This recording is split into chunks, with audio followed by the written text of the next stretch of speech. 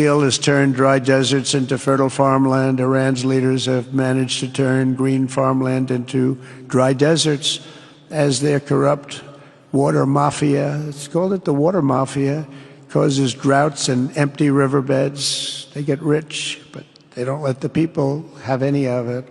And then, of course, there's the key difference at the root of it all.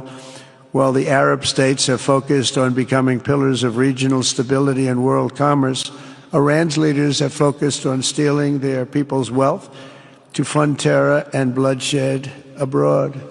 Most tragic of all, they have dragged down an entire region with them. Countless lives were lost in the Iranian effort to maintain a crumbling regime in Syria. Look at what happened with Syria. In Lebanon, their Hezbollah proxies have pillaged the hopes of a nation whose capital, Beirut, was one